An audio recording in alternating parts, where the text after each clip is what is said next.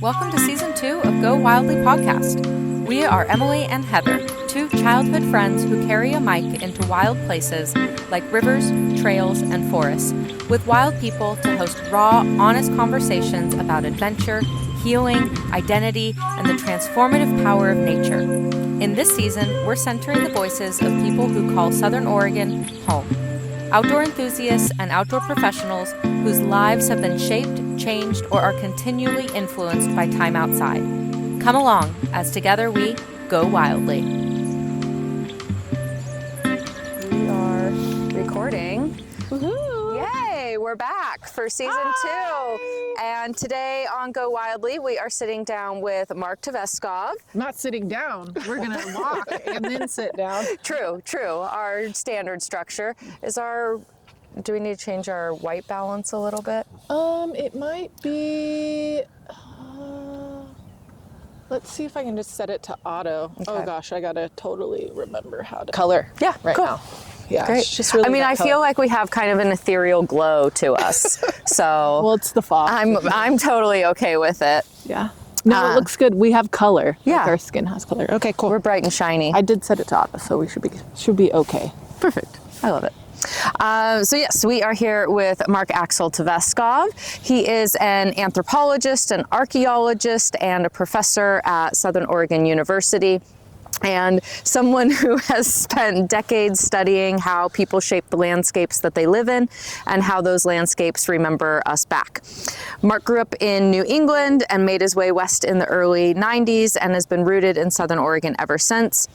His work has taken him everywhere from the Pacific Northwest to Alaska to Iceland and northern Mexico, digging literally into stories of war, colonialism, cultural memory, and the communities, especially Indigenous and historically marginalized ones, whose histories are often overlooked. Here in Southern Oregon, Mark is especially known for discovering the site of the Battle of Hungry Hill during the Rogue River War, and for his work at the Maxville Heritage Site, which is an early 20th century African American logging community. And this is all work that has earned Mark an Oregon Heritage Award in 2024. These days, Mark lives in Medford with his wife, Rachel, and their two cats. And when he's not in the field or the archives, he's playing music playing guitar with Southern Oregon's funk rock band, The Gus Factor. Go check them out when they're in your area. Mark brings a deep sense of place, history, and curiosity to everything that he does, and we're so excited to talk with him. I know Mark because he was one of my professors at Southern Oregon University, and I started taking classes with him fairly late in my college career, and honestly, I probably would have changed my major if I'd met you sooner and switched to cultural ecology. And now I just had an epiphany the other day that I'm doing cultural ecology through this podcast. Exactly right. Studying how people interact with the landscape. Yes. So thank you for being an early inspirer to the context of this podcast before I even knew how it would come to play. It's my pleasure, and I'm honored. It's so nice to see you. You too. And be here. Thank you. Mm-hmm. We are at Tuvell State Park, and we're going to go for a little walk up the Rogue River to the mouth of Little Butte Creek, right? That's right. Yeah. Awesome. And as we walk, we'll have you tell us a little bit more about who you are, why you're here, and yeah. Sure. Where it all began. Yes, and as we begin to walk, I couldn't help but notice, I don't know if it'll show in the camera, look at that granary tree right there. Whoa. That's a pretty awesome one. That is a beautiful tree. Yeah. All those holes are from? Woodpeckers, or what? Somebody's storing their little nuts. How cool. Check it out. Yeah, get a little close up on that. I don't know if it's woodpeckers, it's some kind of bird. A bird, or probably not a beetle or other bug. Yeah. I just noticed it walking up to the restroom there. Yeah. Wow. Really cool. Anyway. Did you know when you started listening to our podcast that you were an early inspirer? I wouldn't say that. I mean, I know you a little bit from class and other things, and it seemed like it made sense to me based on what I know about you and your interests and So in that sense, it seemed like a logical thing. Cool. Yeah. All right. A good use of your skill sets. Thank you. Let's talk about the weather really quick. Yeah. Because the weather, just so our listeners know what's going on with our color a little bit. We got a very foggy Southern Oregon day, very cold, freezing fog, but it seems to be burning off, and we're gonna get lucky today, which is mucho needed for Heather. It is mid-January, so we are in the heart of winter. Yep. Though we don't have any snow anywhere. Yep, the sun's coming out. It's gonna be great. And we're beyond Grants Pass. The bowl of Grants Pass tends to keep the fog socked in. And so just beyond Grants Pass, the sun clears us much sooner. Well, driving over here from Medford, it was bright and sunny. The fog is just tucked down into the riparian area on the Rogue. If I remembered anything from my climatology class, I could probably speak more informed about that. But something to do with inversion and mountains and rivers. Yeah. I mean, to me, that's one of the cool things about the mountains and the rivers, right? It's like watching the fog lift off of it, or driving on those passes on I-5 when you're like a dolphin coming up and down off the clouds, right? I love being up in the mountains and just seeing the lake of fog down below. Yeah, exactly. Yeah, I had somebody show me a picture yesterday. I guess they drive truck, this person, and they're like, check this out. He was up on like Mount Sexton area, and it just looked like a lake of fog. So that's one of my all-time favorite views, coming down from Sexton towards Hugo. Yeah. And you kind of get out of the pass, and it's just the open Grants Pass Valley. Yeah, that's an epic view. I remember the first time I saw that coming down for an archaeological project from the U of O, and that's a pretty amazing site. And it has all different views too, like at sunset, right? I've almost pulled off I-5, which is a stupid thing to do, to take a picture there. I don't know if I've ever actually done that. If I painted or did any kind of like drawing art, that is the view that I know would be my first, the thing that I would want to paint or draw. Yeah, to me, that's almost like the entry point to the road, like the welcome sign to it. Same. That's how I know I'm home. Yeah. So somewhere along here, it stops being Tuvell State Park and becomes Denman Wildlife Reserve, which is a state thing. That encompasses the old Camp White military base, which is what all this landscape is part of from World War II.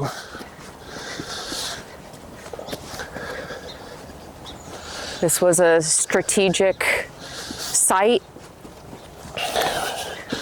Well, they trained like military units to fight in Europe, and they had a POW camp around here somewhere. And that kind of created a lot of infrastructure for the Rogue Valley, like waterworks and things. Like Little Butte Creek up here, and others were channelized and made really straight to feed water to the valley and to the military base. And you can see the remains of it. There's like little bunkers and things in around here if you poke around enough. that's really interesting. Yeah, they just leave them behind and reallocate the land to some other use. Yeah. And the Veterans Home Hospital is like the remains of that military presence. Okay. And the street grid of White City is the original military base street grid. Okay. That's why it's so just perpendicular lines. Yeah, exactly right. And just letters and numbers of the street names.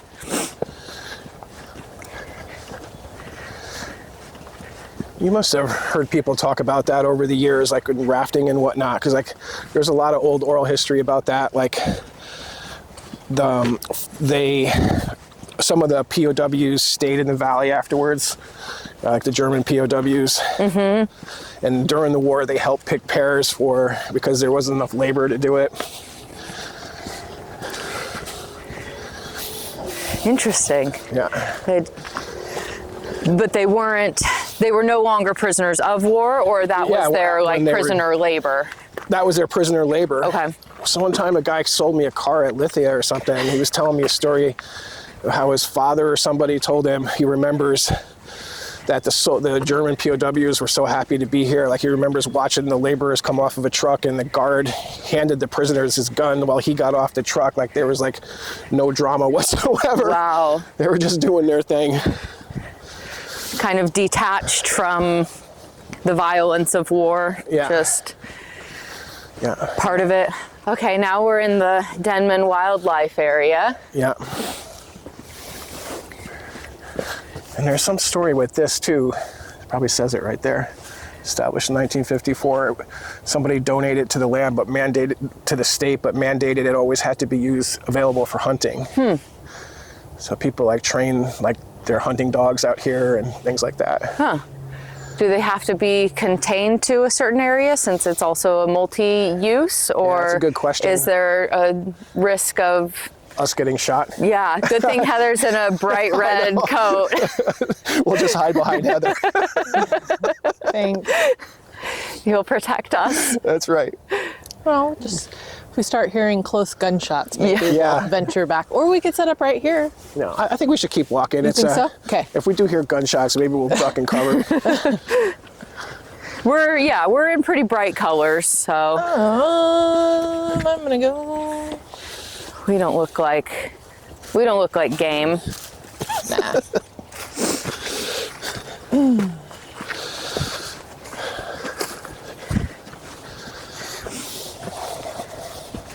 Well, should we start in? Yeah, tell us a little bit more about who you are. Expand on our nice little intro bio. That was a nice introduction. It was Sounds more provided impressive than I mostly feel. by you. Yeah, I am a professor. I'm an anthropologist, archaeologist, and sort of historian. And I think you hit it on the head. I mean, I like to think about place and how communities remember or don't remember their past and how that affects who we are today. That's who I am personally, that's who I am professionally. Like little stories like Denman and Camp White, you know, they sort of reverberate through in weird ways, whether people, however they articulate them, and the relationship between that and what actually happened and what people do with that information is really interesting.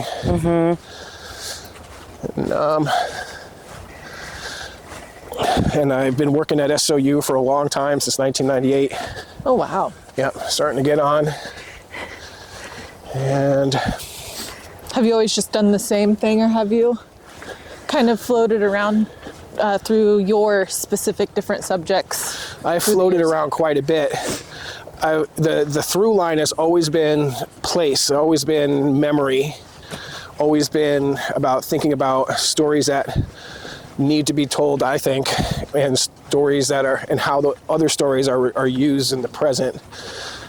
But I grew up in New England in Connecticut, and I went to the University of Connecticut for my undergraduate and master's degree. And doing that was a way for me to think a lot about the landscape I grew up in back then, from my early childhood on, and discover things like the wars against Indigenous people there, which I was involved with research on. And just ecology writ large, you know, like I'd always naturally been inclined to thinking about environment and places in the environment, and then to sort of systematically think about it professionally was fun.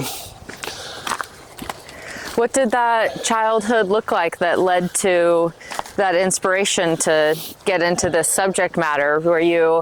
Would your family describe you and yourself as a really curious, investigative kid? Were you spending time outside a lot? I was always getting into sort of trouble, getting lost and covered in mud and things. This is not a terrible spot to think about, but maybe we should walk up a little bit further. That's Little Butte Creek coming in right there, and then Cool. Table Rock in the background, Upper Table Rock. See. Beautiful. Yeah, it actually is a sweet little spot. Yeah. People it fish here calling a lot. us? It's a good steelhead spot. A good bend in the river and that Yeah. cold water coming in from the creek. Yeah. Is it speaking to us, or do we want to go I think- explore? I think maybe just walk up a little bit further, just take a peek, and this might be the spot, but there's another spot I'm also thinking of. Okay, cool. Sounds great. Yeah. Yeah, there was a swamp behind my house when I was a kid, a wetland. And I remember my mother being really upset because I would come home just like covered in mud. But I couldn't help it. She couldn't hold you back. No. It was your destiny. Did you have a big family? I'm the youngest of 4. Okay. Wow. A brother and 2 sisters. Are they also in similar paths in life as you, or? No, they actually took different ways. My brother is an artist, and my sister worked for the United Way and nonprofits for a long time. And then my other sister was a lawyer for a long time. And what'd your parents do? My dad was an engineer by training, but he ended up managing facilities at universities, like their physical plant and groundskeeping and energy infrastructure and things like that. You know, I'm thinking maybe that is the spot. Yeah. Except the sun is so nice. Yeah, Nice. I feel like a little lizard. Chasing the sun. yeah, that's probably it. Yeah. Shall we? Yeah. Let's do it. Cool. Okay. Gorgeous. And then my mom was a mother for a long time, and then she went back to work as in the student loan office at Yale University in New Haven, where over the years, I don't know why I just thought of this, but a lot of famous people, I'll get these messages from my mom. He was one of my deadbeat students. She remembers their... Yep, like these people you see on the news, including in the Trump administration. They're like, oh yeah, that guy. He got bad grades and didn't attend class and... Well, her job was to help them pay their loans back. The loans they got to go to school. So they were delayed on their loan payments. Yeah, I don't want to slander anybody, but that's a funny thing that happens. We won't name names. No. If they listen, they'll know who they are. She also was really kind to those students. I remember my mother is Italian, and we had these big Thanksgiving, and she would sometimes bring these poor Yale students to Thanksgiving who were homesick, including this one kid from Oregon. That was the first time I ever remember really thinking about Oregon. I must have been 10. Yeah. What called you to Oregon? Well, yeah, what do you think? So I came out in 1993, and I had just finished my master's degree in archaeology and anthropology. And I spent my whole life in Connecticut, and I'd been at the University of Connecticut for undergraduate and master's, and it was also the grunge era, so everybody was kind of migrating, so the Northwest was kind of a place to go at that point in time. So I think I was part of that to some extent. So I applied to a bunch of schools out west, and I got into the University of Oregon and came to Eugene. Cool. Okay. Quick breaks while we set up. So do you find it makes sense do I look at the camera or you guys, or Whatever does it you matter? feel comfortable, it doesn't Yeah. matter. Yeah, whatever's comfortable. We generally like the kind of the vibe to be that we're just friends Yeah. hanging out, shooting the shit. Yeah. Yeah, you can, So- so you can speak towards us. So like only looking at the camera can feel a little detached from us. Yeah. And you know, I don't know, sometimes I'm like, don't break the fourth wall. Yeah. Don't look at the audience. But also like they want to be included too. So And it's also inherently DIY a little bit. But Yeah. Yeah, and really whatever your comfort is, if the camera lens is the better eye line for you. Yeah. And we'll set up our chairs and Heather will find the right view and angle. I'm always a little covetous of your guys' chairs. I'm strictly a $7 Fred Meyer chair kind of guy. We're hoping someday to get a chair sponsor, because we do love these chairs.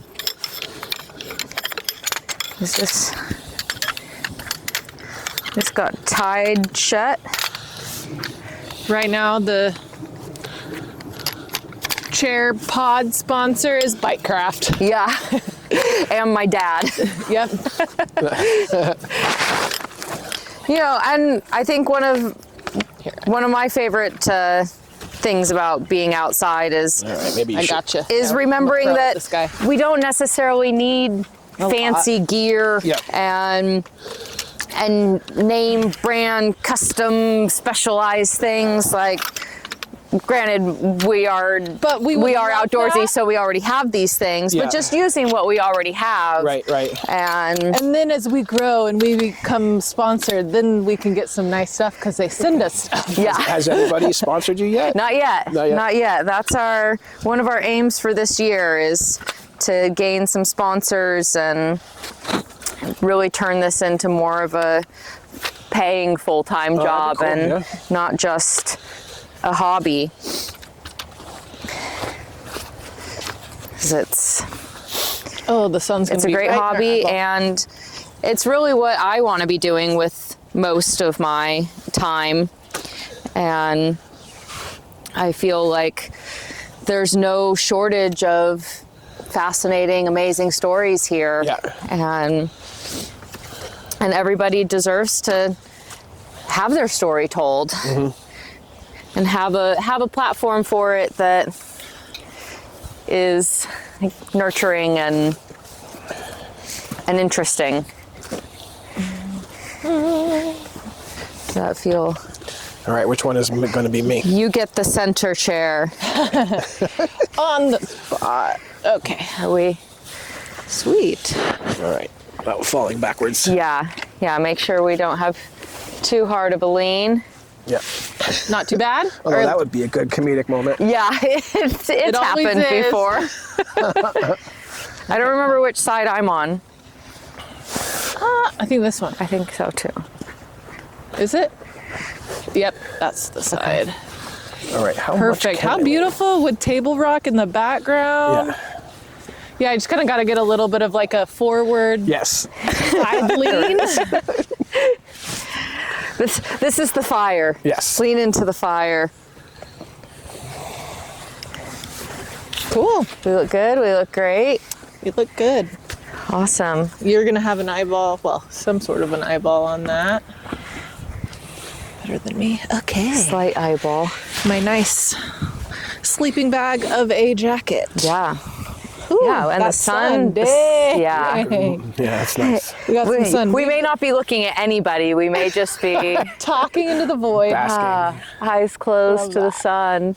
Talking into the void. It's nice to get some sun on the face because I just was complaining to Emily in the car. I was like, we haven't had a lick of sun in Grants Pass. Like, we're just in a cloud and it's getting to me. Yeah. She's like, I'm embracing it. It's amazing. Like, yes. Yeah. And I'm like, okay, well, yes, I am happy. I am still living on Earth and I'm outside and it is what it is. But I could use this more. Yeah, Over. my wife was saying that yesterday about the sun. She was so happy to see it.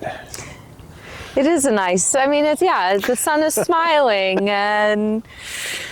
Yeah, it's just nice. It's Absolutely. I mean, feel don't get me recharged. wrong. Like, I chase the sun. I can maintain the positive perspective on embracing the cold, because most winters midway through, I go somewhere extra sunny. I go to Mexico or I go to Costa Yeah. Rica and I escape it. And then when I come back, like, spring has begun and It is what it is. I'm happy for the sun again. Yeah. But I also, like, I live such an active, busy, full life that to spend a little time in winter that encourages me to slow down and get cozy and work on indoor projects that I would otherwise put off when the weather's nice and I want to be outside. Yeah. Like, I appreciate that temptation to just get stuff done indoors. And it is a little hibernating, and I don't mind it. Soup season. Yeah. You know, and I don't know. No, the cycle of it is the thing.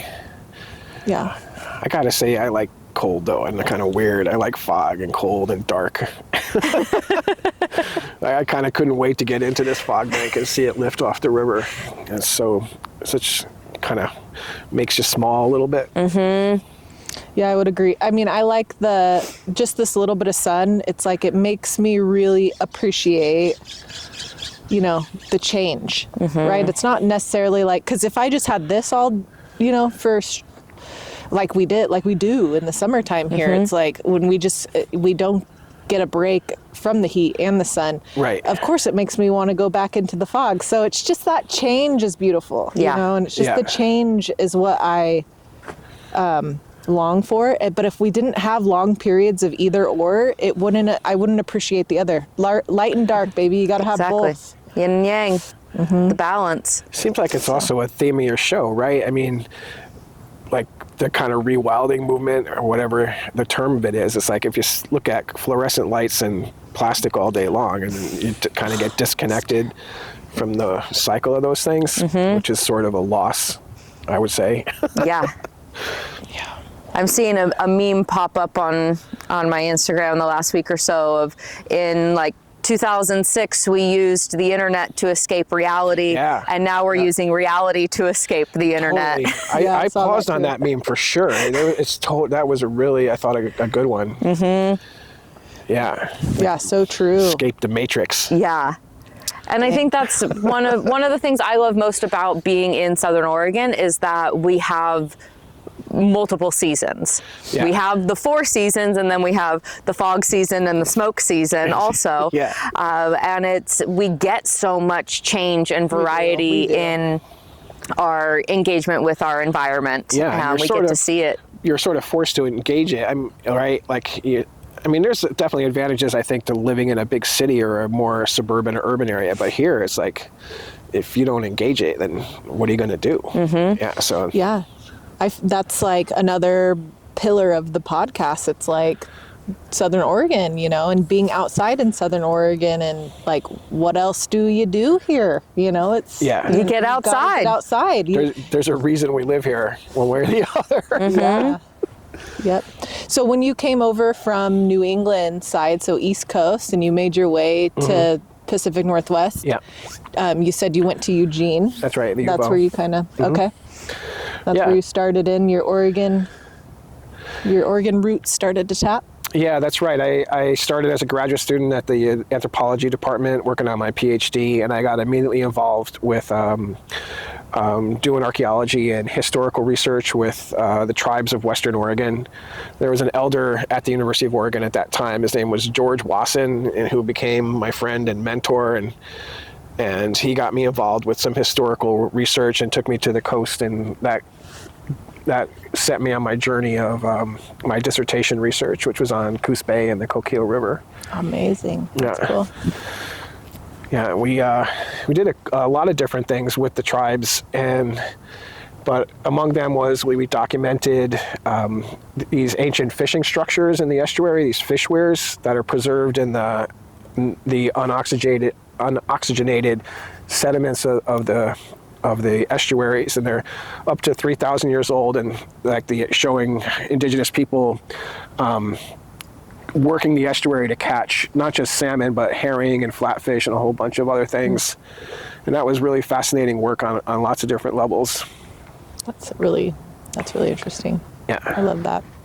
I have my son's aunt. She just got her PhD, and I can't repeat, I don't know what it is necessarily but she's very involved with the tribes and native stuff up there. So, and she's rooted out of U of O, and I think she works for some sort of a nonprofit or just the tribal organization that stems all the tribal students. They have the longhouse up there. At the U of O? Yeah, U of Oh, yeah. O and- Yeah, like their Native American Student Union, they have that beautiful longhouse structure. Yep, and she does Yeah. a lot of work through that. Her name's Rochelle Weezer Nieto. Yeah, I think I know the name. I don't know if I've ever met her. She's done some great work up there. She's really an Yeah. inspiration. She's just really cool gal. Yeah. Future podcast guest. Oh, for sure. definitely. Yeah. We gotta get Rochelle on there. You mentioned something earlier about exploring the landscapes that people forget. Yes. And I'm really curious on your thoughts of how and why people forget the history of the landscape and how their ancestors have engaged in it, and kind of what that process of human evolution looks like, where we just move so fast from what once was that. Yeah, it's a really complex thing. There's a term in social science now I love. It's called hauntology, which is sometimes it's like really about the ghosts that haunt landscapes, and sometimes it's more figurative or metaphorical. And it's a fact that history is important to people, even when they think it's boring, but we all wrap biography or ancestral biography into our identities, and the landscape kind of landscape is important in that. And like one of my favorite ways to think about this locally is I want to ask you guys, have you ever heard a story about what do you associate Table Rock with in terms of like Indigenous history? And it's not a test, so just like what do people on rafts when or when you're rafting and they see Table Rock, what do they say about it, like in history, or what does it mean to you?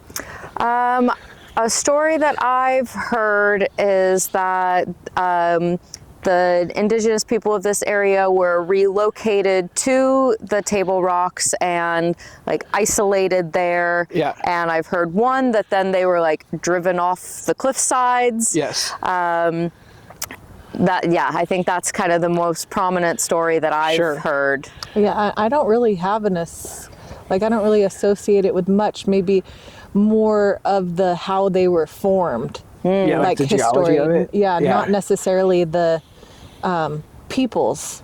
Because they are pretty striking on the landscape. Yeah. They're kind of the only amazing. elevated place, and people question like, were they risen or did the area around them erode? Yes, right. So yeah, and the very physicality of them just like makes them, like we were talking about coming over that mountain pass, and you have those moments like with Table Rock, with Mount McLaughlin and things like that. And like, so people put stories onto those things, right? And another one is like the Ashland Springs Hotel. You have any stories about that one? I don't know. Right. I just know of it. Mm-hmm. So a common like oral history of the Rogue Valley is that it's built on the proverbial Indian burial ground. Another one is like, I don't like saying it out loud really, but Dead Indian Memorial Road, right? Mm-hmm. Like where does that story come from? And your question is why do people forget stories? And I don't know, it's a complex one, because people use the past to like create and modify and negotiate identity, but they don't always want to acknowledge sort of the inconvenient parts of it, because you don't want to think bad about yourself. Like, so like, for example, the Table Rock story, the first part of what you said was totally true. There was an Indian reservation, as they called it. The Table Rock Reservation was established in 1853, and it ran right from here, the mouth of Little Butte Creek, down to Evans Creek. And everything north of that was negotiated by Indigenous leaders as a reservation. That was their way to try to accommodate this flood of genocidal gold miners into the valley.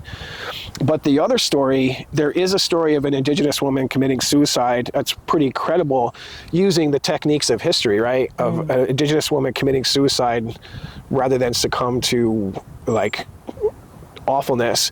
But that Mossad like mass suicide drive off the edge of Table Rock, that is like not true. That never happened. Cool. But Good to know. But you see people tell that story routinely.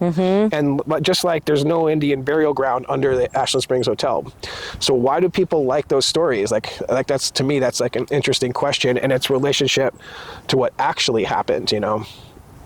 Because Well, what do you think? I don't know. I'm really fascinated by how and why humans learn to lie. Yeah. And part of it being rooted in survival instinct of like kind of deceit to achieve something. Like apes learn to lie because there's a resource there that they want to retain, and it's going to be encroached upon, and so Or avoiding conflict. They make the noise of a predator. Last night.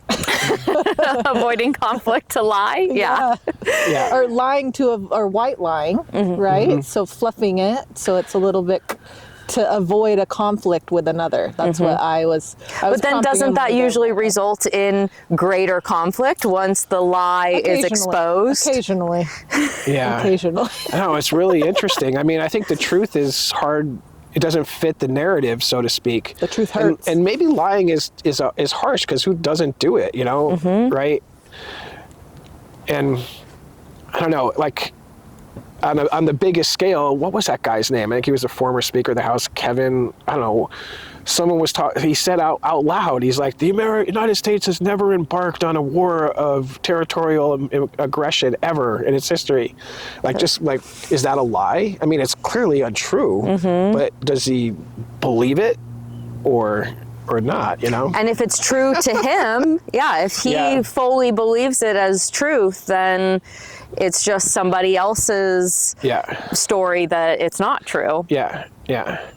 So like in this case, you know, the fundamental truth is Ashland is built on an indigenous graveyard. It's built on genocide. And then you take like the Ashland Springs Hotel is like this like major building, you know, that everybody can recognize, and Table Rocks too. So like, so I don't want to seem like I have an answer to this question, but it's like those two things that are in all of our minds, like they just wrap the remains of that story in these kind of simple to understand things, like a mass suicide or a graveyard, when what actually happened was a little bit more complex, right?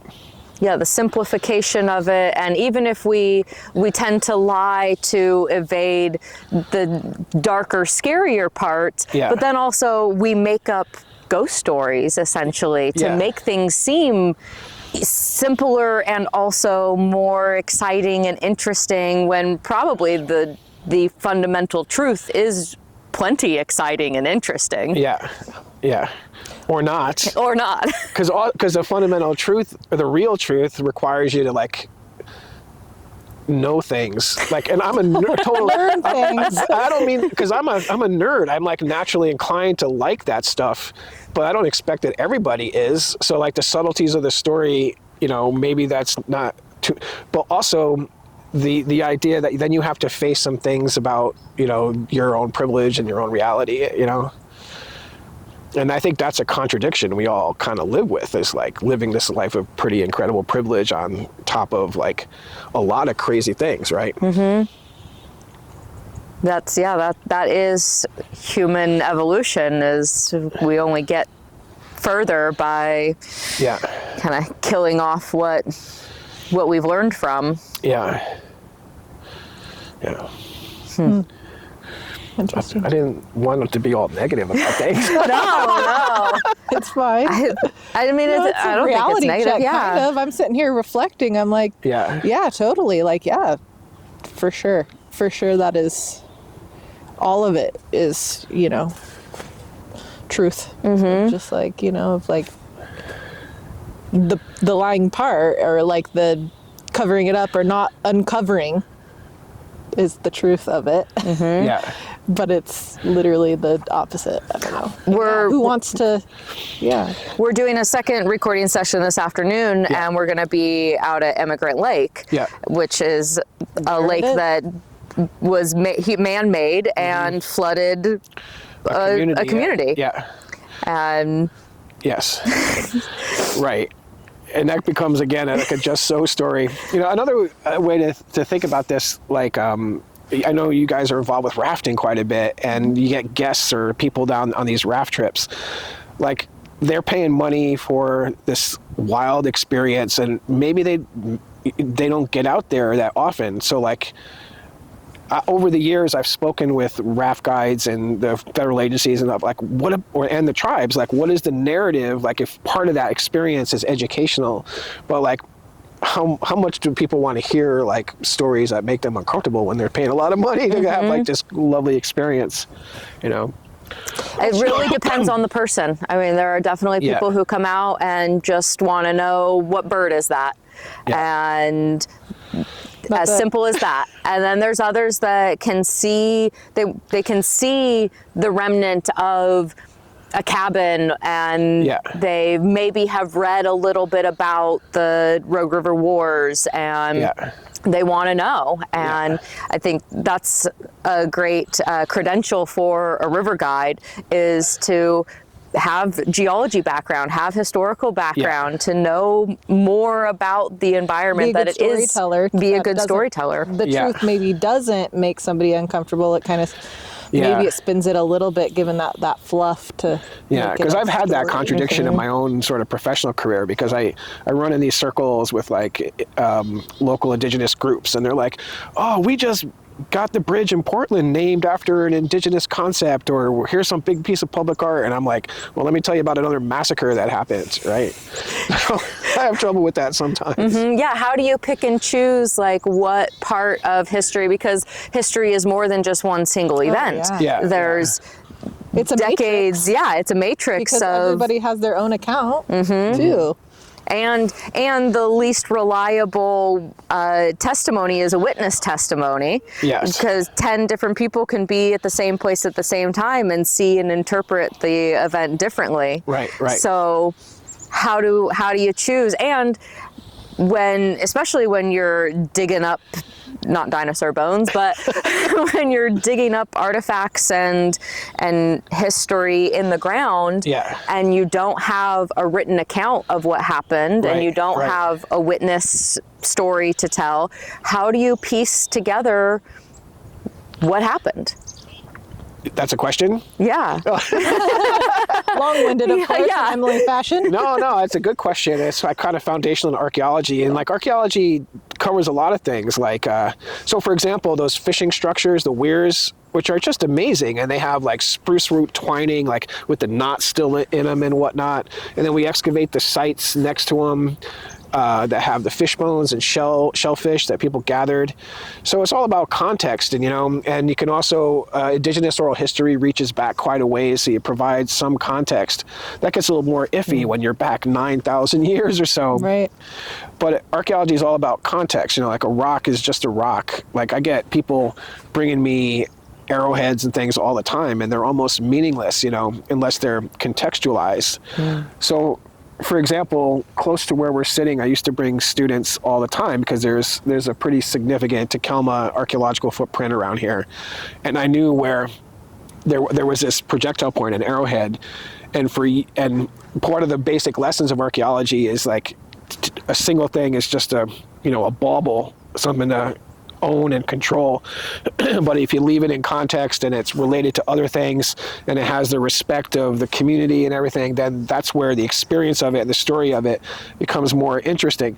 So that's my long story, but I had there was this projectile point over there, and I had it under a rock for like 10 years. And so this is one of my favorite local spots to just run to. And it's and this was up there a little ways, and so I'd bring students through, and we'd have conversations sort of like this sometimes. And I was like, look, and here's this right here. And they're like, well, why did, like, the impulse is so much. Okay, cue dramatic cut here. This episode is brought to you by dead camera batteries. May we always have a few more in our backpacks. Enjoy! And I always have a hope that people who listen will be so fascinated and inspired that they'll request that somebody comes back for more, and that they want to hear more about somebody's story, or that they'll find you, which we'll ask later, will find you in some other part of your life to learn more about you and get their own personal connection and expansion on who somebody is. Yeah. Are we back live? Yes, we are.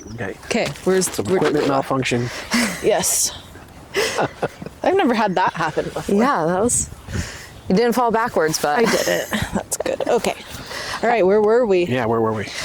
Oh gosh, Emily's good at this. I usually am. Yeah, I was over there like, oh yeah, what was it? What was happening? We're lots of fun places, but we were around how to choose the historical context that we provide. Oh, yeah.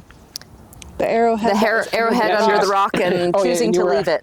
Right, and then you were asking me how we know things, you know, and that's all important. But I really, for me, the experience of it is important. Like working with local communities and students and Indigenous people, the act of engaging in archaeology and historical research is empowering in itself. And in an Indigenous context, that's also a sovereign kind of act too, to control their own narrative. So I do a lot of work with Indigenous groups and try to follow their priorities. Like, what do you want to see happen? And I've been involved. So to me, yeah, there is a basic scientific puzzle often, like how old is this thing? Like, what were people actually doing here? But it's a political act and a cultural act, like kind of like rafting in that sense. Like if you just over stereotype it, like if you have some urban dwellers who one raft guy told me about, like he said one time a person came to their charter and was like, so the raft, after this trip, we get off the raft in the same spot, right? Yeah. Like that the river goes in a circle. That's a common misconception. Right? And it's Really?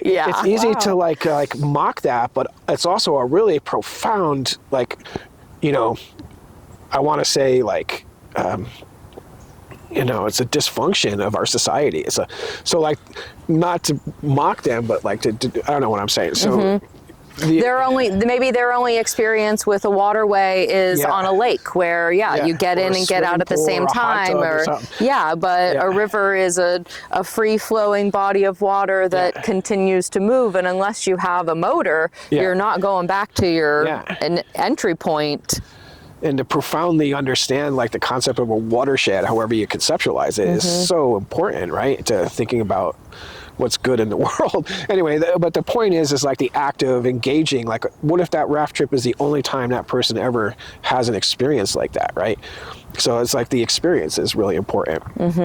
Yeah, and making sure that it is something that they feel a desire to come back to, that they aren't mocked or discredited in their, like, it's not necessarily that they're not dumb, they don't, but there is a lack of knowledge, there's been a lack of teaching in that vein. When somebody brings that to your attention, Emily, are you like, great question, and let me tell you how that works? Of course I am. Yeah. and Because it is I've heard it so many times that like sometimes you kind of maybe want to joke a little bit. I mean, river guides are supposed to be jesters in a way, but really we do want to say, we want to teach, we want to educate, we want to make somebody see that there are no stupid questions, that you don't know what you don't know. Yeah. And if this is your first time doing this, whatever this part of life is, you're only going to learn if you ask and if you embrace it. And we want people to keep coming back and interacting with the landscape and seeing, wow, this opened my eyes to something, and now I'm curious about more this other thing. And do I have a river where I live that I can go raft on and experience? Yeah, exactly. It's so interesting. So going back to the question, I think, is that like, so yeah, the puzzle is often important and fun and interesting, but it's really the finding that experience that's empowering for the right reasons, you know, for people that I find interesting and fun mostly. I love that. And that just like kind of is for me like a little, like a full circle moment for the podcast too. It's like getting like, you guess are like puzzle pieces to this bigger like outdoor experience and inspiring people to live their life maybe more based or rooted in the outdoors, and then like getting all these perspectives on that and like how you interact with it or how you teach it and or how you know, advocate for it, and the list goes on for all the things. How do you frolic? Like, Since that. your employment, your career, your livelihood is essentially rooted in being outside. Do you recreate outside in a different way, or do you get so much enjoyment from the ways that you interact with the landscape through work that that's a great question. And playtime is work time? I actually thought a lot about that listening to your podcast, because, you know, I am not outdoorsy the way many of your guests are at all, right? Like, I would make it a joke that my chair is a Fred Meyer $7 chair. You know, I don't. I like to inflatable kayak down the road, but It's great. just the easy spots. Yeah. I'm an incompetent fisherman. I had this experience right over here where I came out to go fly fishing at the mouth of Little Butte Creek, and I got out there in the pre-dawn hours, fly fishing, and I was like looking at these ducks near me, and then all of a sudden this guy like erupts out of the brush, and I was standing in the water in the middle of all his decoys, and he had passed out with his shotgun like 20 feet from me. Oh no. And I just thought the two of us should have been on Field and Stream or something. It was quite an experience. So, no, I spent a lot of time for work. This project in Mexico, I was in this northern Mexican desert. It was such a different environment for me, and the cactus and the giant jackrabbits, and I love it. So, but my actual recreation is pretty middle class, I think.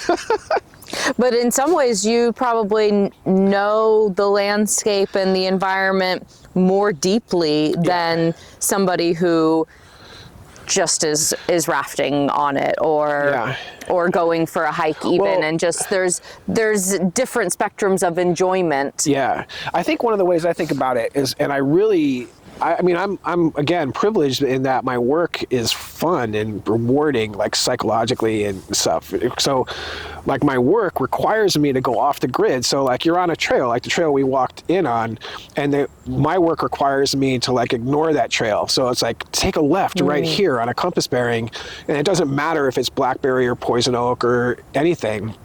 And to me, that's always been the thrill, like falling into the swamp when I was a kid, like going off the beaten track, right? So to me, that is recreating, like, and so when I'm recreating, it's like, I'll just stick to the trail because I love that in my work, like just looking at something that I haven't seen and just going into it. That's cool. We've had some guests bring up like leave no trace principles. Yeah. And in some of my schooling, I learned about a lot of like kind of indigenous pushback on leave no trace, that we interact with the landscape. We should have a trace. I mean, granted, we aren't leaving plastic bottles and that kind of thing. And that's all good. Mm-hmm. Yeah. So in your work of going off trail and forging your own way, how does that concept like interplay or contradict with leave no trace? Mm-hmm. Well, I'm kind of curious about the indigenous critique of leave no trace. Could you say just a bit more about that? That some things that I've heard have been around, like one of the oppositions of leave no trace is like leaving trail cairns, leaving a trail marker so that you can find your way, and there are leave no tracers that will knock those down because we don't want to know, but also having one keeps you on the defined area to have less impact on the broader area, and that I'm trying to recall now. I get the point, and to me this is a really interesting question, and again one that I've thought a lot about listening to your podcast and thinking about being on it, because that brings up the whole concept of the wild itself to some extent. So I'm not sure if this is the spirit of your question, but you know, that's a pretty problematic concept, the wilds, because it's kind of a colonial concept. So I understand like this concept, this idea of rewilding, and I agree with it. Like, you gotta not think that the river goes around in a circle, like for your basic societal and mental health, right? Mm-hmm. But at the same time, it's like Westerners, settlers have used the wild concept. It's baked into like capitalism and colonialism, because like, and Christianity to some extent. I don't want to get us in trouble by saying that, but at the same time, like, you have a landscape that's like domesticated and controlled, and that is like sanctified and proper and safe, and then that gets contrasted with this this other of the wild, which is like something that is oftentimes satanic in that Christian context, and that needs to be controlled or fantasized about. It's like this, whore virgin like fetish. It's like, like fascinated by it. And or afraid of it. Or afraid of it at the same time. Like one of my favorite illustrations of this from my research was, what's his name? I'm getting old and forgetful. There was a missionary from the Jason Lee mission in the 1830s, and he was given the task of going down the Umpqua to see about setting up a mission on the lower Umpqua, right? Gustavus Hines was his name. I might have had it in one of my classes you were in, because to me, this is epic account. This is like in 1834. So he comes down and he left a very detailed account of it that he sold as a bestseller back east, where people like ready to go across the Oregon Trail. Like this was like their travel propaganda. And he's describing this trip, and he described being in the indigenous lodges of the lower Umpqua, the Kalawetset people, and how he tried to preach Christianity to them, but the headmen were like, you're saying that we can't have more than one wife, and things like that. And he was disgusted by the fact that they wouldn't listen to him. And then they politely rowed it or paddled him all the way down to the mouth of the Umpqua. And he left this epic account where he said like the doom of extinction settles over this wretched race in this land of satanic doom.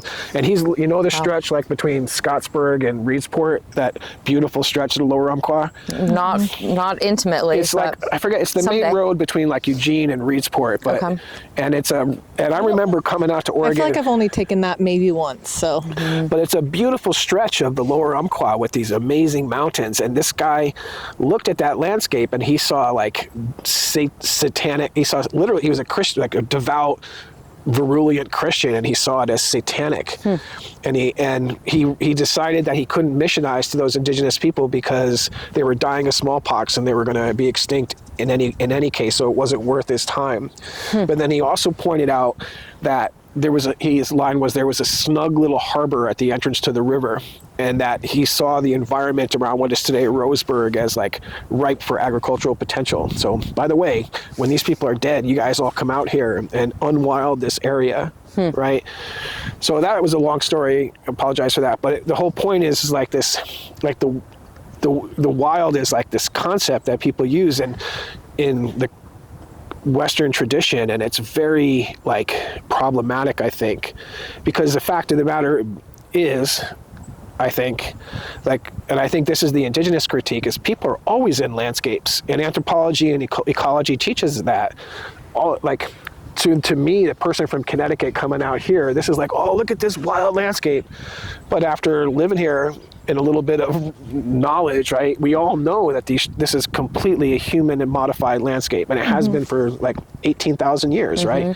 Even the flow, the direction of the waterways has been manipulated and changed. The U.S. Army created this bank right here, right? It's just part of the modifications for that. So again, it's about perception of like, but the person who thinks the river goes around in a circle is like, it's so wild here. So I don't know, it goes back to the earlier discussion where it's like how do you teach that appreciation but also teach respect? Like the leave no trace thing is in and of itself not bad, because arguably this was bad to take a bulldozer to this in 1940. Like what, I don't know, I'm starting to get confused in the point I'm trying to make, but I've always thought that too. I'm always just like, because we've done a ton of work like advocating for like new trails to be built and stuff, and while there's always that light and dark, again back to the original, like, oh, it's good, like you can always find the good in something and you can always find the bad in something, but it's coming to this cultural consensus of like, okay, but we're still going to do it for the broader reason of it being inherently, not even inherently, but like, it's going to be good eventually. Good eventually. Like, or it may seem bad now. You mean like something like making a trail.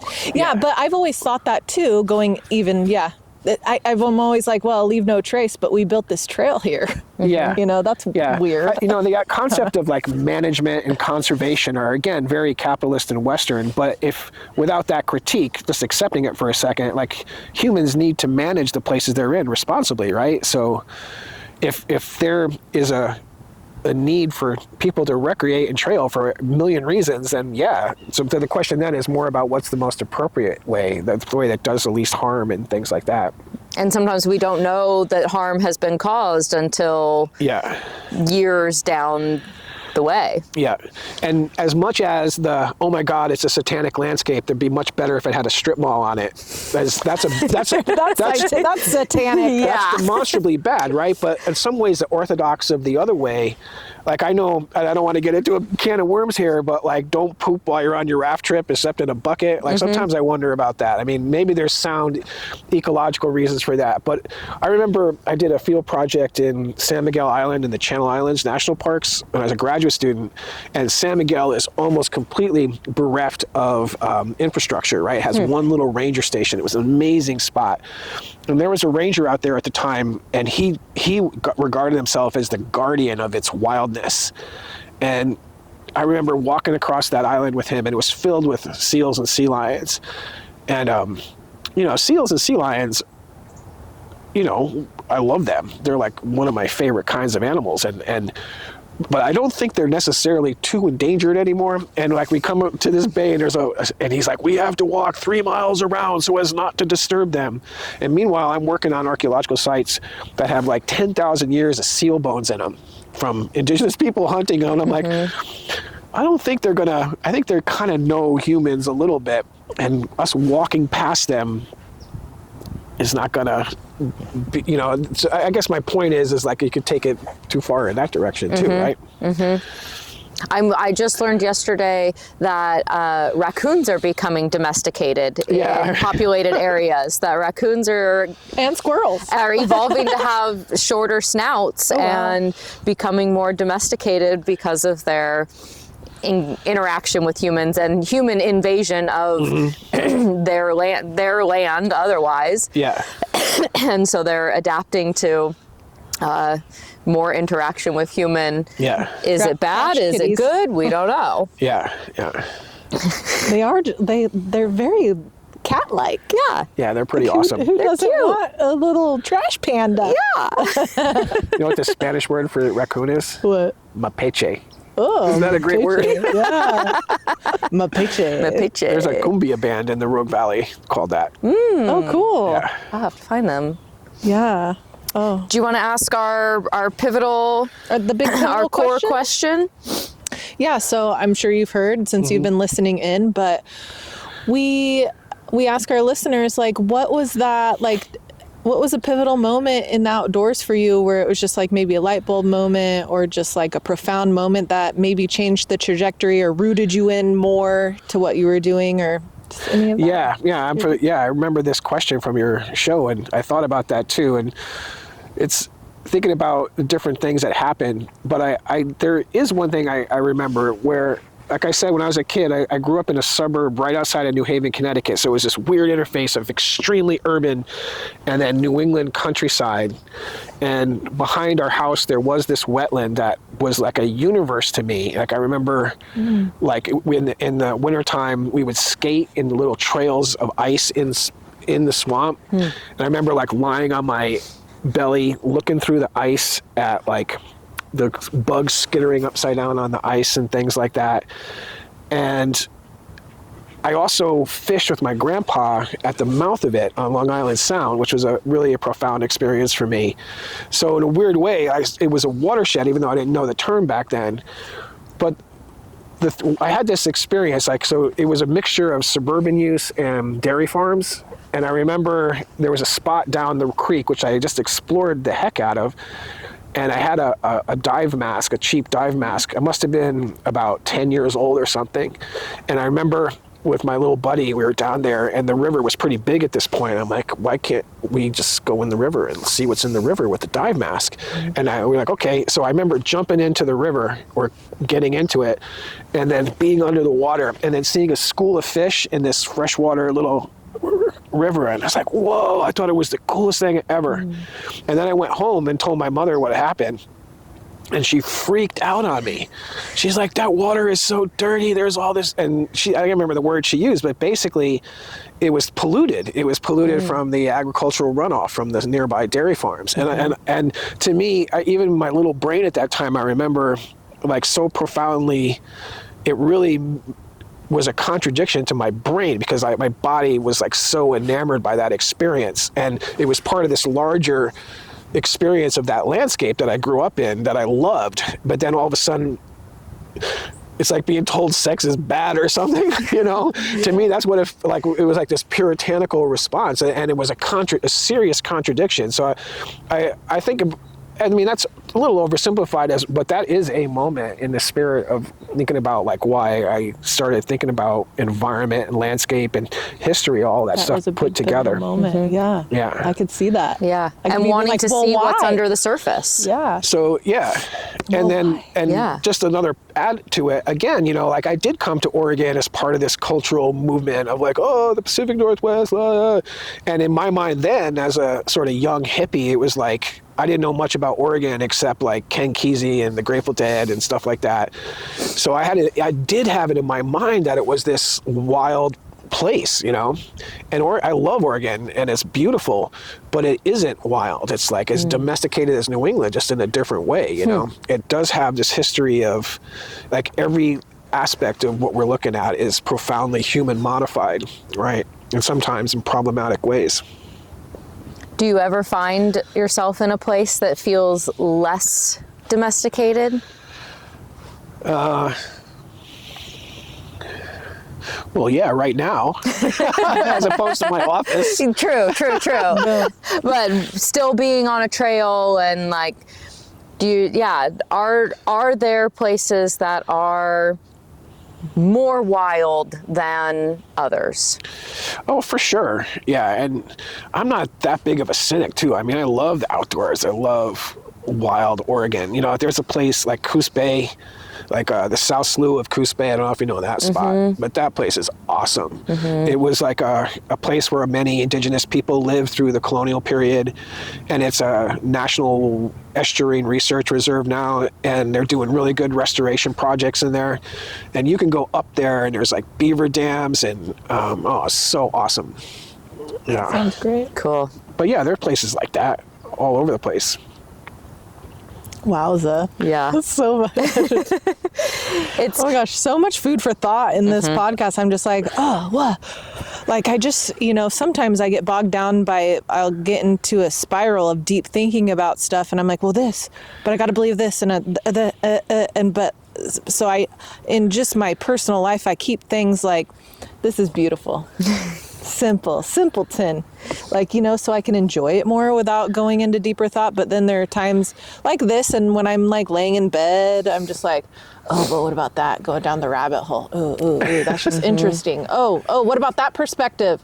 I don't know. So I really enjoyed just all your perspective on things and giving us different glimpses into all these other little, you know, I don't know, truths, beliefs, lies. Like, it's just interesting. It's just so fascinating just to get all of that little. Yeah, and I definitely appreciate that from listening to you guys and your guests too. It's like, and again, it's like the different ways people think about a landscape, you know, the same landscape.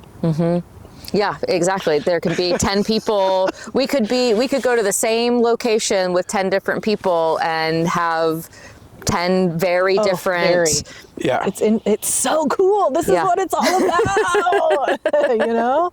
Just like all the perspectives. It's just so interesting. I love people and places. And there's so much to know. And every time we learn something new, there's something new to learn about that. That's you know, my upbringing is rooted in Judaism, and Judaism is rooted in curiosity, and that there really there's infinite answers, and once you think you know something, you have to keep asking. If you think that you know everything about something, then you don't. You're like, that's the lack of intelligence, is thinking that you know everything about something. And the humility in there is like so essential, I think. That's like a real beauty of that point of view. Yeah. And for me, in my perspective of, you know, my just like Christianity, I'm like that perspective on like, you know, that that guy that did, and I'm just like, wait, like this is my church. This is like, So to think like somebody is thinking like that, I'm like, oh, that poor individual. To think like that, to be limited and to be limiting, like, even oh my the, gosh. like, to me, a lot of Christianity and missionary work of Christianity is that they want to save every soul for God, for Christ, and to dismiss a group of people, even though the Indigenous people were saying we're not interested, but to say, oh, you're going to die soon, so you're not worth limited. My time, seems like a contradiction of the mission to save every soul. Yeah. And that's why when I was like, oh, like that individual is like, it's lost touch. But that was so long ago. I don't know, like there was some weird stuff, like our history. Again, we don't want to think about all that dark shit. Even right. The Judaism part, any like, you know, fraction of religion, it's just like there's such dark stuff. And then going back to your original point of like, yeah, we don't bring up the dark shit because like that would make it uncomfortable. That would make it maybe not fun. But then if we do bring it up, we only bring up the dark, and yet the dark is only a portion of the whole history of it, hopefully. And there were as many heroes in some of those histories as villains, you know. I was reading about, what's the guy, Finley, you know that guy Finley? He was like Oregon's big conservationist. Like he was named after Finley Bend. Well, Finley Bend's probably named after him. Right, and he was responsible for creating like the Malheur Refuge. And he was part of the first wave of like quote unquote environmentalists. And he went out there, he was like a naturalist, I guess, and he went out there to Eastern Oregon, and he was going to look at birds in Malheur. And he had been there earlier. I might have the story a little bit wrong, but he was the story is he was outraged by the lack of all the migratory birds because people in the Victorian age were mowing them down for feathers for their hats, and that prompted him to advocate for the creation of what we think of as wildlife refuges now. So there's Finley Wildlife Refuge up near Salem, which is a beautiful spot, and Malheur, which is just an amazing place. My dad would really enjoy talking to you. He's so big. I have a whole clip of him, like 20 minutes randomly. We were playing soccer out in the field with my kids. And he just goes off. He's like, oh, I just was reading a book, and I don't know the book or anything. He's a big historian on like the, you know, native, just like native stuff. And he was giving me a lesson and if it was a lesson, we don't know, because, you know, I don't know. But about the Owyhee River and how that came to be, you know, named, and he's like, everybody thinks it was this, but it was actually this. And what was it? If I have it on, maybe when we're walking, I'll bring it up. It's Hawaii. Yes, it was two Hawaiians. These young Hawaiian guys that came over to work in the fur trapping industry early on. Yes. Yeah. Correct. And it was misheard. Yeah. So he was telling me how it was like, anyway, it was really interesting. But my dad's all about trying to, you know, really get different perspectives on, you know, different cultural and another way to say that natives. is just being a total nerd. Yeah, right? My dad's a total nerd for sure when it comes to that sort of stuff, so it's interesting. Which I see as a virtue. We're making being a nerd cool again. Yeah. It's cool to know stuff. Yeah. Yes. It's cool to be curious. It's cool to be inquisitive and to retain and share the knowledge that you learn. Yeah. I love that. Not hoard it to yourself. And I just started watching the animated Avatar series. Okay. And the episode we watched last night was in the desert, and the like owl spirit that has this giant library of knowledge and is protective over it, and has had people come and take the knowledge, and then he buries the whole library so that people can't take the knowledge and use it for evil. But that also prevents people from using it for good. Yeah. Gatekeeping. Crazy. Yeah. We don't do that. We don't do that here. Gatekeeping. Well, should we do some rapid fire? Yeah, let's do our little wrap ups. Because the sun's going behind that tree, and that is losing the warmth. See, we love you, son. We love you, son. And we'll find you again on the trail. All right, so a piece of top-of-mind insight or advice for your younger self. Ooh, that's a good one. I think I would say learn about privilege faster. I think like a lot of people in my position and demographic, I was fairly arrogant about things. Hopefully not too toxically so, and maybe I still am, but it's been a learning experience. Yeah. Definitely. And your favorite or most trusted outdoor gear? Oh yeah. I think, I thought about this one too.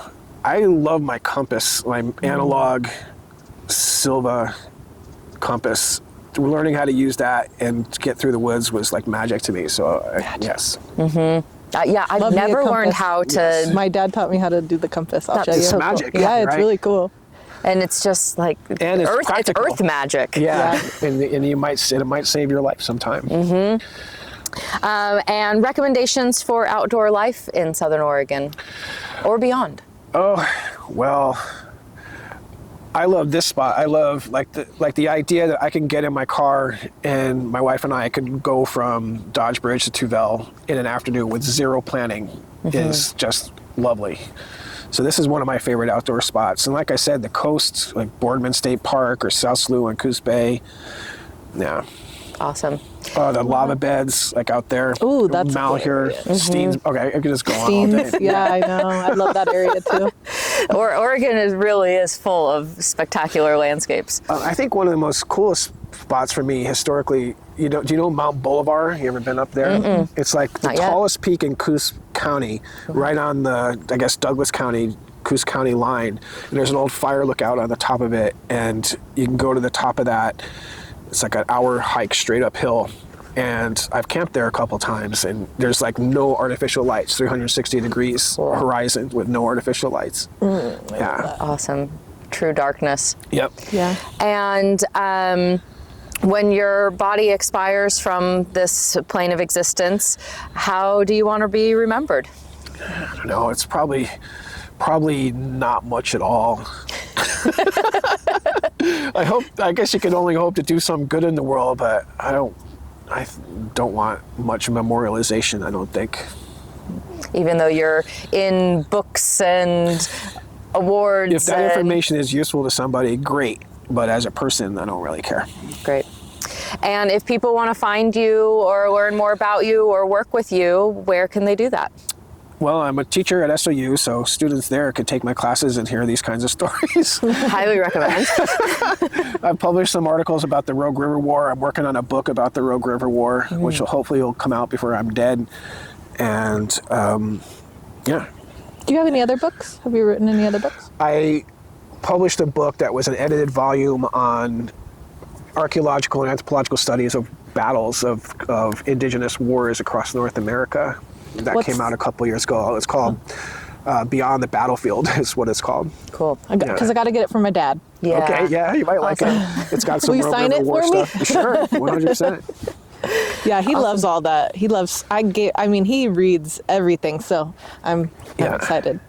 Just give him something new, because usually I'm finding books and I'm like, I hope he likes it, but this is specific, he'll like it. You know. Anyway. Awesome. Thank you so much, Sure, Mark, thank for you. your time and your insight and continuing to educate me and all of our listeners. Hopefully, I'm confident that they will find value here. Oh, and, good. Lots I of value. really respect what you guys do. It's fun and interesting and educational. Yes, Thank you. Yes, thank you so much. Thanks for being a listener too, an early listener, a continuing listener, and saying yes to. I was waiting for the salacious joke, though. Do we need to come up with one off the? No, that's too much of our pressure. hand? I mean, we still have to walk out, so Are we missing anything? just a dirty joke. Oh. Gosh, I don't have any off the top of my head. Usually I do. It's hard to be put on the spot, but we should keep one in our pocket, probably. I know, we should. Darn. Yeah. Well, we still have to walk out, so anything could happen. between now and then. happen. Though I think we've gotten more professional in our time. We're getting better and better at podcasting. We're getting more straight edge. Don't put baby in a corner. Yeah, that's one thing that in the podcast we try to like keep it. I mean, even though we go deep with our people, we also try to keep it silly and funny, because like, what is life without jokes and humor? And, I mean, like, if you're not lightness? laughing when you're having sex, then what kind of fun are you having? There you go. Yeah, there's something. Awesome. Thank you, everybody. thank you. We'll pack up, and we just got, the camera probably can't see it, but I was watching them out of the corner of my eye. We've got some fishermen floating down, and We've had a lot of Pulling walker over. buyers. walker buyers. Walker buyers. Yeah, those people. Those people walking their dogs on this trail. Did you see that guy sitting here or standing here looking out? binoculars? Yeah, The one, I don't think I did. He was all in camo, wasn't he? Yeah. You couldn't see him. I couldn't see him. He was hidden. Yes, absolutely. There we go. Our sack chairs.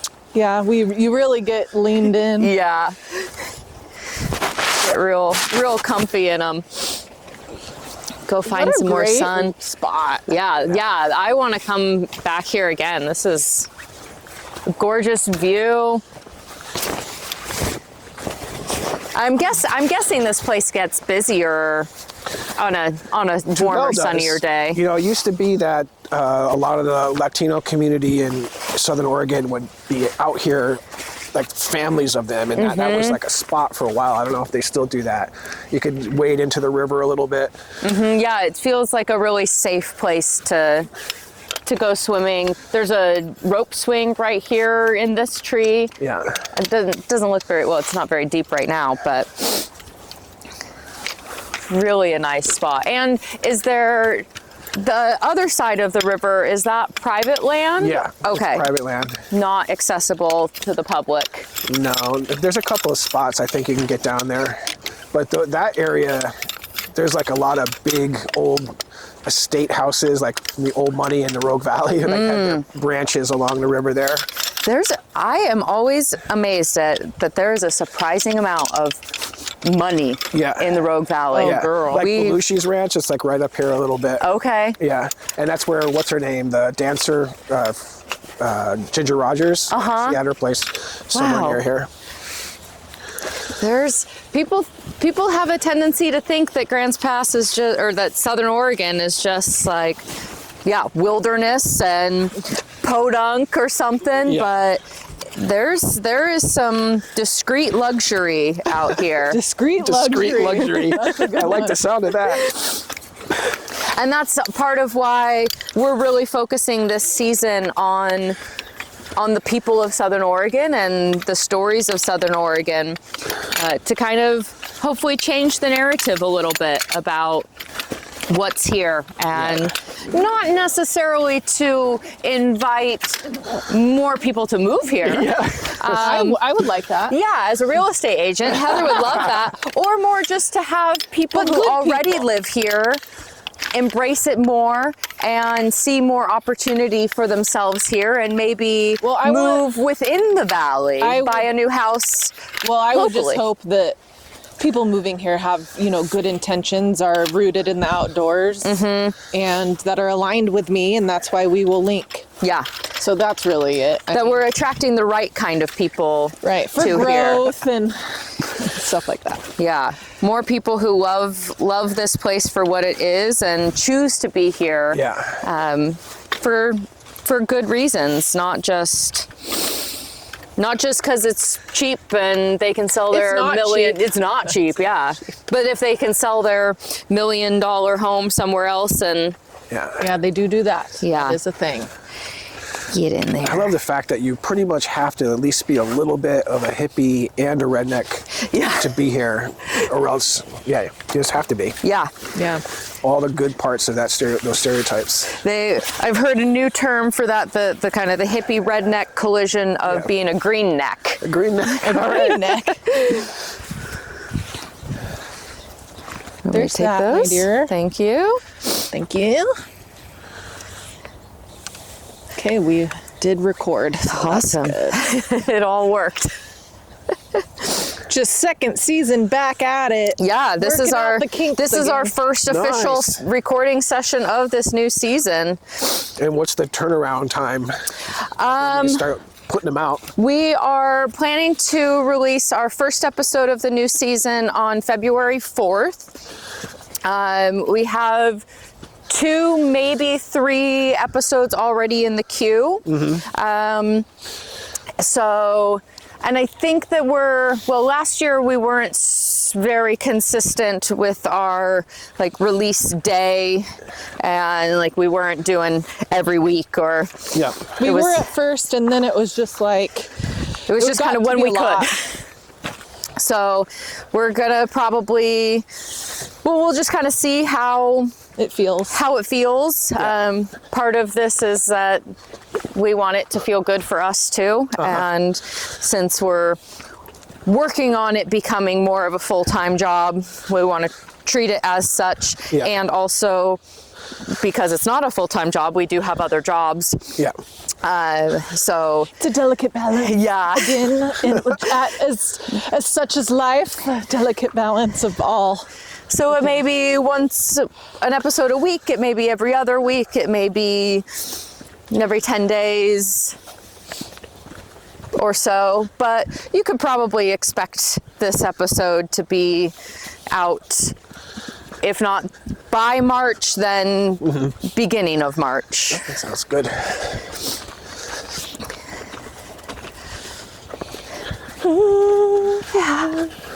Oh yeah, moving in the sun. Moving is Yeah. good. I'm Got a glad I little wore chilly my there. Yeah. jacket.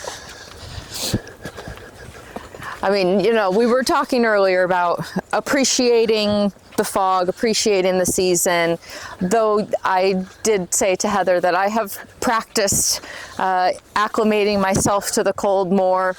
I do that also while in movement, so just sitting in the cold Is its own form of hell. is its own, little icicle. Yeah, I'm definitely looking forward to heated seats because my bum is a little cold. Aw. But But then, I think people have been living in this landscape for near eons, and the climate has been more or less the same. So they were sitting in the cold and probably doing just fine. I don't know. So how did they accommodate? And not every culture here was nomadic and chasing the sun.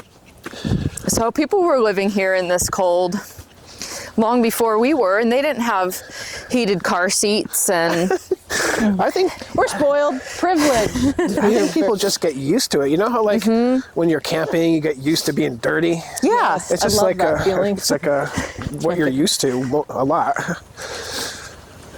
yeah, you just don't have anything different to compare it to. Yeah. It just kind of is what it is, and embrace it. Though they probably also had like otter pelts and beaver pelts, and they were harvesting animals that were doing just fine and had adapted to the landscape, and seeing how they were doing and saying, okay, how can we be more like that animal? We can take their skin and And it is wrap ourselves in it. It's quite warm in, like sleeping in. Well, I mean, I just have experience because my dad has a teepee that cool. he built. So having the fire in the teepee, not that was what the natives used around here. They probably used something else, not a teepee structure. But it's warm in there. Yeah. Yeah. Totally. So just like in a house, I mean, you can really heat that thing up. Yeah, with fire and other bodies. Yep. What were the kinds of housing structures that? People around here lived in plank houses, like houses built to cedar or pine that were built into the ground. You had a big central hearth. And then, so they were pretty warm and cozy, I imagine. are they like, are modern houses kind of similar shape to that, or? Yeah, they were like a rectangle. Like a rectangle house? Yeah, with a gabled roof. Cool. A circular door on one end. And then they were so into the ground and then with some edges. And there would be like all stored like salmon and fruit. I think of them as fruit roll-ups, but the way they would process like berries and things and dry them out and make rolls of them. Fruit roll-ups without all the high fructose corn syrup. Yeah. Yeah, my, well, she's my ex-sister-in-law, Rochelle. She puts on, I think every year, a big native feast for the kids and for the youth program she's involved with. And she had her brother, Jesse, who we'd like to get on the podcast, but he's a fish and wildlife biologist. I don't know what he's doing now. He's always changing it up, his career. But he did they went and harvested, gosh, I think they harvested a buffalo. Yeah. And then they had a native chef come and prepare it, and all this native food and all. That's a some big really movement cool. right now amongst the tribes, like food sovereignty and recreating indigenous food ways and diets, and even in like high-end restaurants and things. That's another one of these cultural acts of reasserting sovereignty. There's a new restaurant in Ashland that is popularizing that locally, Yeah, it's, I guess, a indigenous version of like the local food kind of movement. Ooh, we'll have to go. Yeah. I'd like to go do a Go Wildly episode. Yeah. But with Emily Go Wildly.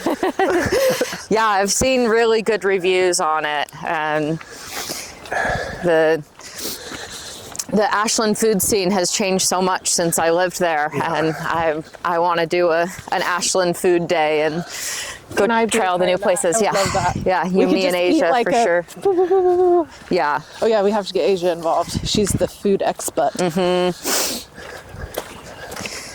think one of the most interesting like house arrangements around here among indigenous people is some of the groups would have like each woman would have her own house with her kids, and then all the men would sleep in the sweat lodge together. So like, and that was the domestic arrangement. I would love that. Can your house be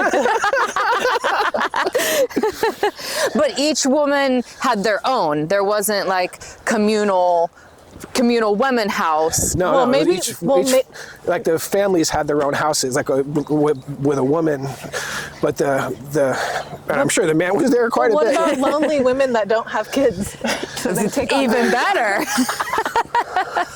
I remember when I got divorced from my first wife, my friend George I just talked about, he said to me, he told me that story, and he's like, Mark, what makes you think men and women are supposed to live together at all? Totally. That is a question. This is why I want to build my she shed so I can get the heck away from Your she shed, is that what you said? Yeah, I want to build a little office at my house. We have a very small house. Yeah. And right now I'm like driving all the way up to the office, which is on the opposite end of town, and very unrealistic for once I put the kids to bed. Yeah. And like working, because I get good work done. I'm kind of a night owl. Yeah. And so my goal this year is to build a office that's just my own little space I can get away. Yeah. Can't wait. Yeah. It's nice. I mean, I think it's really valuable to have independent spaces. That's right. Well, And communal space. I mean, we are meant to live in community, Yeah. but also to have our own zones to be ourselves. Yeah, totally. That is exactly it. Like all the creative voiceover work, I just want my own little creative space. That's all I'm asking. Yeah. My own little bunker. Yeah. Bitch bunker. Bitch bunker. Or cunt cave. No? Too much she shed? There's a bunch They're all good. I love the alliteration of all Yes, of they it. have to be alliterated. Yeah. I do, and I'm going to make a sign. Yep. And I'm going to Just all of them. I'm going to put a doorbell on my Awesome. cunt cave. Yeah. You gotta ring the doorbell. Anyway, with the camera? Yeah, all right. Awesome. What's the Trying to password? keep my mouth shut right now. Thank you so much, Sure, Mark. thank you. Really You want awesome your to microphone? see you again and for get sure. to chat with you and share your story and be Yeah, it's part of my your pleasure. I story. hope it was useful for you. Absolutely. It was great. Very much so. Thank you guys for listening, and you. catch us on the next episode. Bye. Cool. Awesome. That's a wrap on this episode of Go Wildly. From the bottom of our backpacks, thank you for listening. We know you enjoyed the show, so tap follow, tell a friend or two, and leave a quick review if you can. It makes a real difference. Your support allows Go Wildly to reach new listeners and bring more outdoor stories to the mic. Until next time, go wildly and go outside.